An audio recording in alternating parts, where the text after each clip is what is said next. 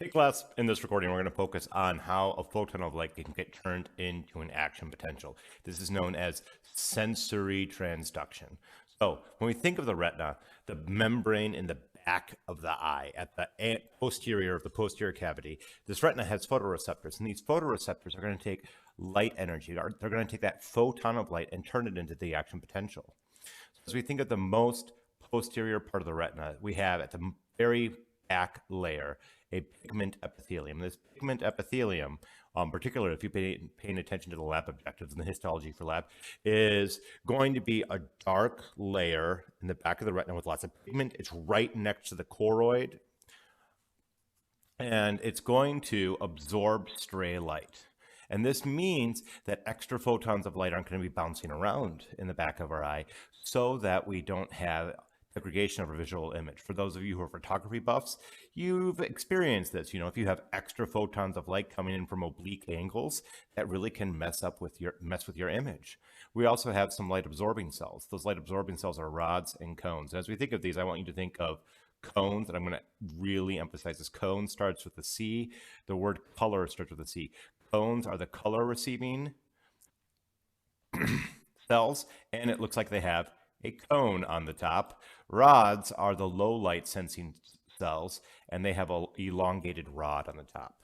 So as we think of those rod cells, they are typically used for low light or night vision, sometimes referred to as sclerotopic vision and or black and white vision. And in a rod in particular, there's a special visual pigment known as rhodopsin, which is used to convert that photon of light into the action potential.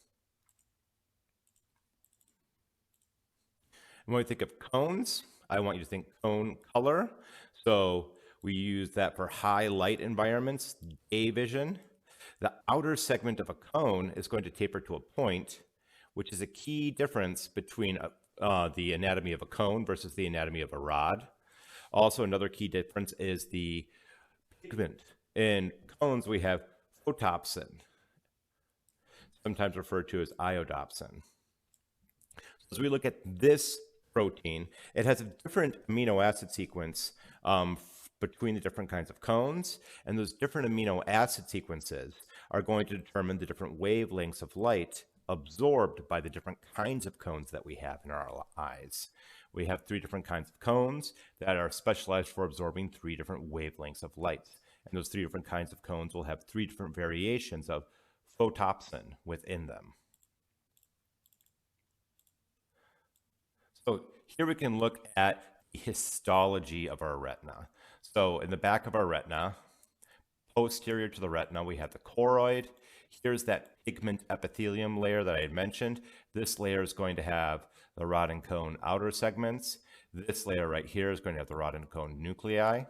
So as we look at these cells, light will be entering from this direction. So I just drew a big green arrow. That's the direction, a couple of big green arrows. This is the direction of light traveling. So the light's going to travel through a couple layers. We have the ganglion cells, bipolar cells, before that light gets to the layer that contains the photopigments. And as we look at those layers of the eye, let me clear the screen here. Let's shift to red. The rods and cones, when they're activated, are going to send a signal to the bipolar cells. And then those bipolar cells will send a signal to ganglion cells.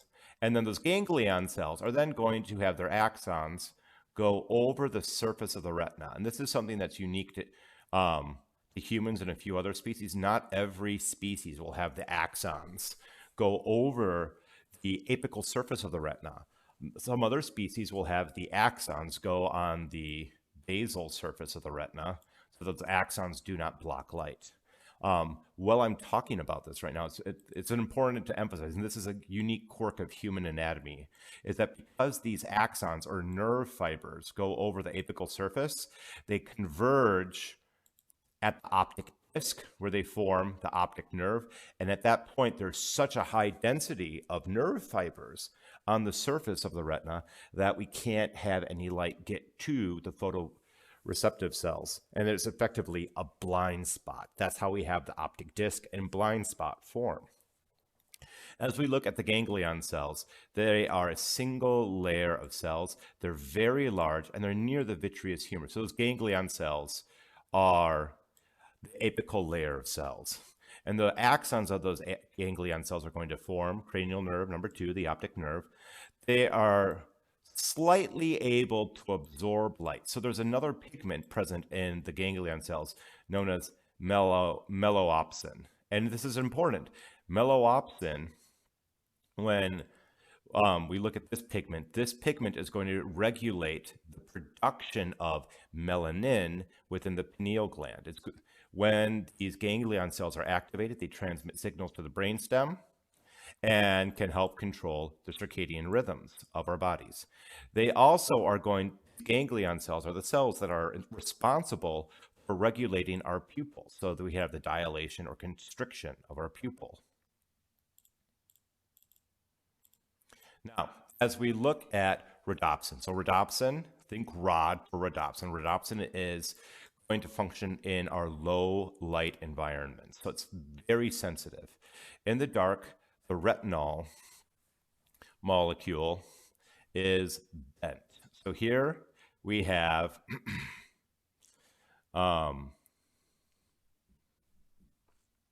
let's go to step number 1. We can see here rhodopsin absorbing a photon of light. So we start with the cis retinol. It's bent in the dark, and then a photon of light is absorbed by rhodopsin, and cis retinol will be changed. It flips and changes shape. It goes from bent to straight and becomes trans retinol. And when we think of cis and trans, we're using organic chemistry terminology here. And that cis retinol is then going to initiate a reaction with opsin, and opsin is going to cause a cascade, and it is then going to separate from the trans retinol, and this cascade of reaction will initiate a reaction with cyclic GMP. That is going to cause a cessation of the dark current, and then will send a signal to the optic nerve. Now, to reestablish or regenerate our cis retinol, we're going to need to have trans retinol enzymatically converted back into cis retinol in the dark. So here we have trans retinol in the dark, and that trans retinol through enzymatic action is then going to be regenerated enzymatically, and we're also going to have it combine with opsin to form rhodopsin. So during this entire process, we are going to have a retinol molecule go back and forth between bent and not bent. Bent is the trans state. The non-bent or straight state is referred to as cis. And as this molecule bends back and forth in response to photons, it is going to initiate a series of secondary messengers that will start to initiate the action potential. Now, as we think of rhodopsin takes a while to regenerate. It takes about 5 minutes to regenerate 50% of the bleached rhodopsin. When we say bleached, we mean that the rhodopsin has been exposed to a photon of light and a trans retinol has separated from it. Now, let's think about this. If the half-life of regenerating cis retinol is about 5 minutes, this means that it takes a while to generate good night vision. So if you go into a room and you turn off the lights and you go from full light to full darkness in a couple seconds, a lot of times people have a hard time seeing. They look around the room and they can't see anything. But if you wait 5 or 10 minutes, or you wake up in the middle of the night and it's dark in your room, you have much better night vision and you're able to see much more clearly. As we look at the cones, which don't have rhodopsin, they have that BIOL photopigment, photopsin. Cones can regenerate much faster. Their half-life is about 90 seconds. Now, it is possible to overwhelm the cones. For instance, if you take, and I don't recommend doing this, it's a good way to hurt your eye, but take a laser pointer and do not look directly into the laser pointer. But if you take that laser pointer and point it at a white piece of paper, you can look at the red, the blue, the green dot on the white piece of paper. And if you look at it closely, all of a sudden it becomes speckled or sparkly because you're overwhelming the cones for that specific wavelength, and you're getting to the point where you can't regenerate the photopsin. You've overwhelmed that relatively short half-life of the photopsin. So as we look at rods in the dark, so in a low light environment, rods are going to be steadily releasing the neurotransmitter glutamate from the basal end of the cell. And as that glutamate is released, it is going to help regulate the bipolar cells. When a rod is exposed to light, the rhodopsin absorbs that photon of light, and that photon of light absorbed by the rhodopsin is going to ultimately trigger the cessation of glutamate release so that the rod cell stops releasing glutamate. Once that rod cell stops releasing glutamate, the bipolar cell picks that up, and the glutamate no longer inhibits the bipolar cell from releasing neurotransmitters. So glutamate is an inhibitory neurotransmitter for the bipolar cells within the retina.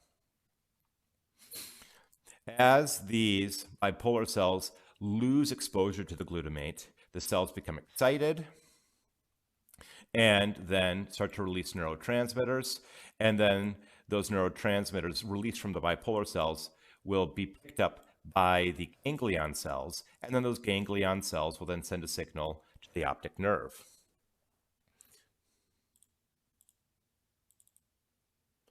Oh, where's my pointer? There's my pointer. As we think of these bipolar cells within the retina, so they're right here. We have that layer of bipolar cells with 1, 2 big extensions coming from them. As we look at the bipolar cell layers in the retina, they detect fluctuations in light intensity, and then they can stimulate ganglion cells directly or indirectly. When we think of the ganglion cells, this is an important thing to emphasize. Only ganglion cells are going to produce action potentials that are going to go to the optic nerve. These other cells, the rods, cones, and bipolar cells, they are going to focus on regulation. They're going to have multiple layers of regulation. Ganglion cells can respond to bipolar cells with rising and falling firing frequencies. So depending on the stimulation or lack of stimulation from those bipolar cells, we get the ganglion cells have a high frequency of action potentials or a low frequency or no action potentials. If a ganglion cell is stimulated, this stimulated ganglion cell will then send a signal through its axon, and those axons all converge to make the optic nerve. Eventually, those optic nerve signals travel to the brain, to the optic chiasma, optic tract, and then eventually make their way to the primary visual cortex within the occipital lobe. That's all we have for this recording. There is a lot in your textbook, a lot of extra information in your textbook about this topic. I tried to pare it down to what I absolutely want you to know for the lecture exam. So please focus on what we covered in this recording. If you have any questions, please feel free to post them on the class discussion board, shoot me an email, or in this case, reading the textbook would be nice. It would be a good option for answering some supplemental questions that you may have. But I'm not going to require you to know everything that's in the textbook for this chapter. There is just a lot on this particular topic. And as always, happy studies.